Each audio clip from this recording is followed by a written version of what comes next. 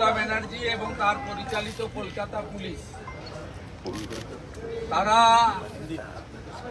আজকে যে শিক্ষাটা পেলেন, আমি আশা করব এই শিক্ষা পাওয়ার পর থেকে আপনাদের তো দোকান কাটা, লাজ লজ্জা কিচ্ছু নেই আমরা জানি।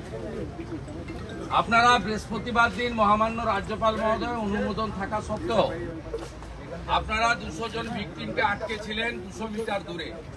এডিসিপি কি খালিদ মিরাজ না কি নাম আছে ওর নেতৃত্বে এবং ইন্দিরা মুখার্জির নেতৃত্বে আপনারা লিডার অব অপোজিশনকে এখান থেকে 100 মিটার দূরে ডবল গার্ডেল দিয়ে আটকেছিলেন।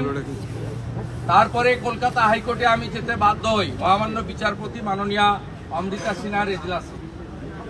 সেখানে যা যা হয়েছে লাইভ ভিউতে সবাই দেখেছেন, কিভাবে রাজ্যের রেজি কিশোর দত্ত মিথ্যা কথা ওখানে বলেছেন যে এলওপি আসার সূচনা ছিল না, আটকানো হয়নি, কত বড় বড় মিথ্যা কথা। এবং তারপরে অর্ডার আপলোড হয়েছে। অর্ডার কি হয়েছে সবাই জেনেছেন। মহামান্য রাজ্যপাল মহোদয় রাজভবন থেকে সেদিন বলেছিলেন রাজ্যপাল গৃহবন্দী, ও তিনি বলেছেন ভিকটিমরা এখানে আসবে, যতক্ষণ না ভিকটিম আসবে ততক্ষণ রাজ্যের পুলিশ মন্ত্রী অ্যাজ ওয়েল অ্যাজ চিফ মিনিস্টারের জন্য রাজভবনের দরজা বন্ধ। সেদিন তারা বলেছিলেন গেট থেকে কলকাতা পুলিশের যে টিম সেদিন দায়িত্বে ছিলেন তাদের অবিলম্বে সরাতে হবে। আমরা কৃতজ্ঞ মহামান্য রাজ্যপাল মহোদয়, আজকে উনার সানডে অনেক শিডিউলের মধ্যে উনি আমাদের সময় দিয়েছিলেন। আমরা 106 জন ভিকটিম এবং লিডার অব অপোজিশন আমি মহামান্য রাজ্যপাল মহোদয়ের কাছে গেছি এবং মহামান্য রাজ্যপাল মহোদয়কে একটা 10-12 মিনিটের শর্ট ব্রিফিং দিয়েছি, রিটিন ডকুমেন্ট দিয়েছি এবং যা যা ঘটেছে ভিডিও ফুটেজ পিডিএফ সমস্ত কিছু আমরা এবং স্টিল পিকচার সমস্ত মহামান্য রাজ্যপাল মহোদয়কে দিয়েছি। আমরা অত্যন্ত খুশি। পশ্চিমবাংলার অত্যন্ত মিষ্টি ভাষা বাংলাতে মহামান্য রাজ্যপাল মহোদয় আজকে অন লাইভ তিনি ভিকটিমদেরকে সম্বোধন করেছেন এবং বলেছেন ভিকটিমদের জন্য আমার দরজা খোলা, পুলিশ মন্ত্রীর জন্য দরজা বন্ধ।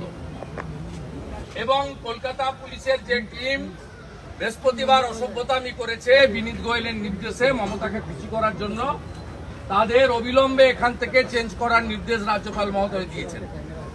আমরা উনাকে উনার কনস্টিটিউশনাল হেড, উনার পাওয়ার কি আমরা জানি। উনি পঞ্চায়েত নির্বাচনে 8200 কমপ্লেন ওয়ার হাউস খুলে পাঠিয়েছিলেন, একটা তো অ্যাকশন টেকেন হয়নি, সেটাও পশ্চিমবঙ্গের লোক জানে।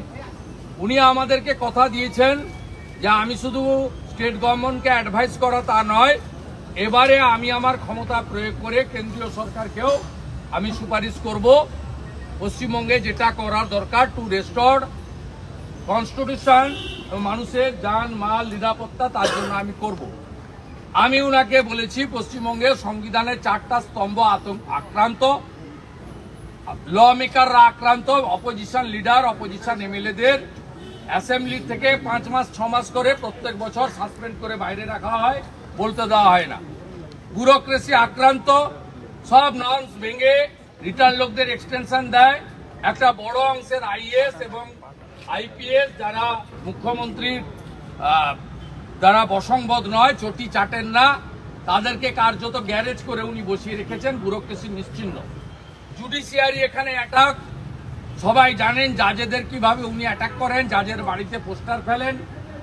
সেই কারণে মাননীয় মুখ্যমন্ত্রীকে 5 লক্ষ টাকা ফাইন করেছিল 2021 সালে মহামান্য বিচারপতি কৌশিক চন্দ্রের বেঞ্চ। কৌশিক চন্দ্র মহোদয় 5 লক্ষ টাকা কলকাতা হাইকোর্টের বারকে জমা দিতে হয়েছে, যেটা স্বাধীনতার পরে কাউকে দিতে হয়নি।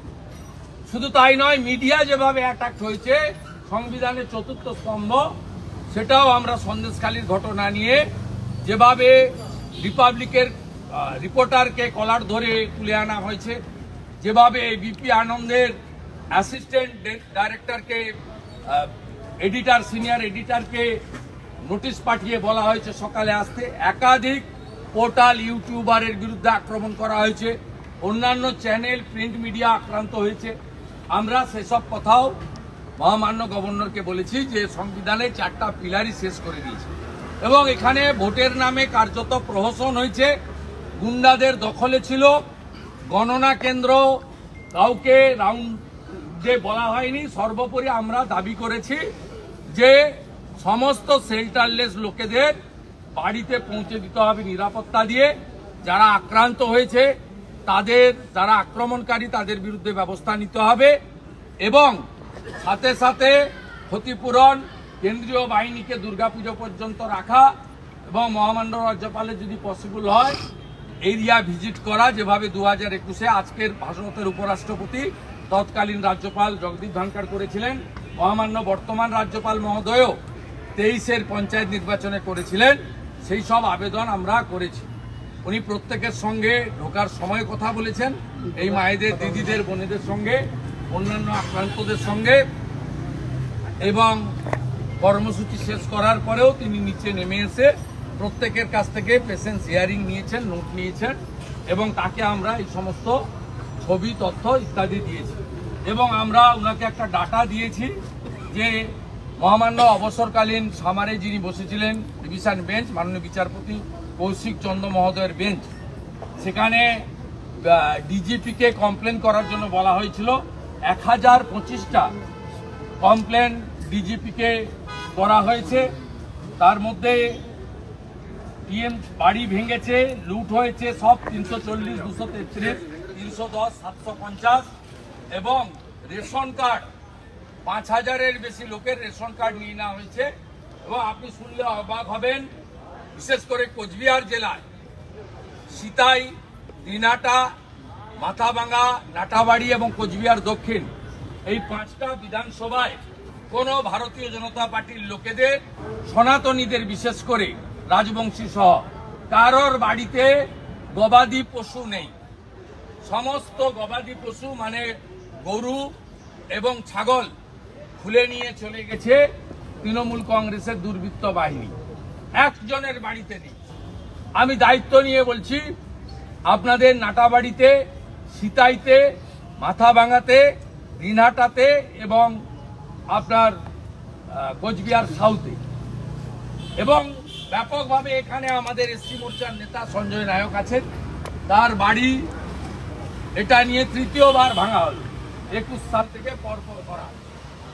এই মাকে কিভাবে মাথা ভাঙা হয়েছে, কিভাবে রড দিয়ে, ইনি বিজেপির কোনো কর্মকর্তা নয়, এর অপরাধ ইনার পরিবার বিজেপিকে সমর্থন করেছে।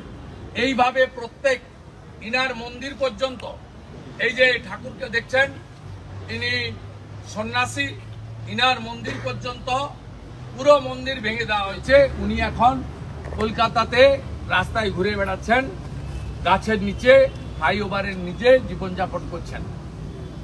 ইনার মন্দিরকে পর্যন্ত রাখা হয়নি। এইরকম একটা পরিস্থিতি পশ্চিমবাংলায় চলছে। আপনারা সবাই শুনলেন বিরোধী দলনেতা শুভেন্দু অধিকারীর প্রেস ব্রিফিং, কিন্তু একটা প্রশ্ন তো বারবার চোখের সামনে আসে বা সবার মনে আসে। আপনারা 2021 সালে বিধানসভা নির্বাচনের পর যে এনএসআরসি রিপোর্ট দিয়েছিল, তার প্রেক্ষাপটে হাইকোর্টে মামলা হয়েছিল। সেখানে যাদেরকে দাগি আসামি পোস্ট পোলের জন্য চিহ্নিত করা হয়েছে, তাদের বিষয়ে তদন্তর গতি কতদূর, সেই তদন্তের শেষ কোথায়? 2021, 2024 পোস্ট পোল ভায়োলেন্স 2021-এ যা ঘটেছে তার পুনরাবৃত্তি 2023-এও কেন হবে না, 2024-এও কেন হবে না এবং ভবিষ্যতে 2026-এও কেন হবে না? কারণ যে তদন্ত হাইকোর্টের প্রেক্ষাপটে চলছে এনএসআরসি রিপোর্ট অনুযায়ী, তাতে যাদেরকে চিহ্নিত করা হয়েছে তাদের তো কোনো ধরনের তাদের বিষয়ে কোনো ধরনের পদক্ষেপ তো নেয়নি, না সিবিআই না হাইকোর্ট। তাহলে সাধারণ মানুষের অবস্থা সেই তিমিরেই যাবে, এটাই আসল কথা।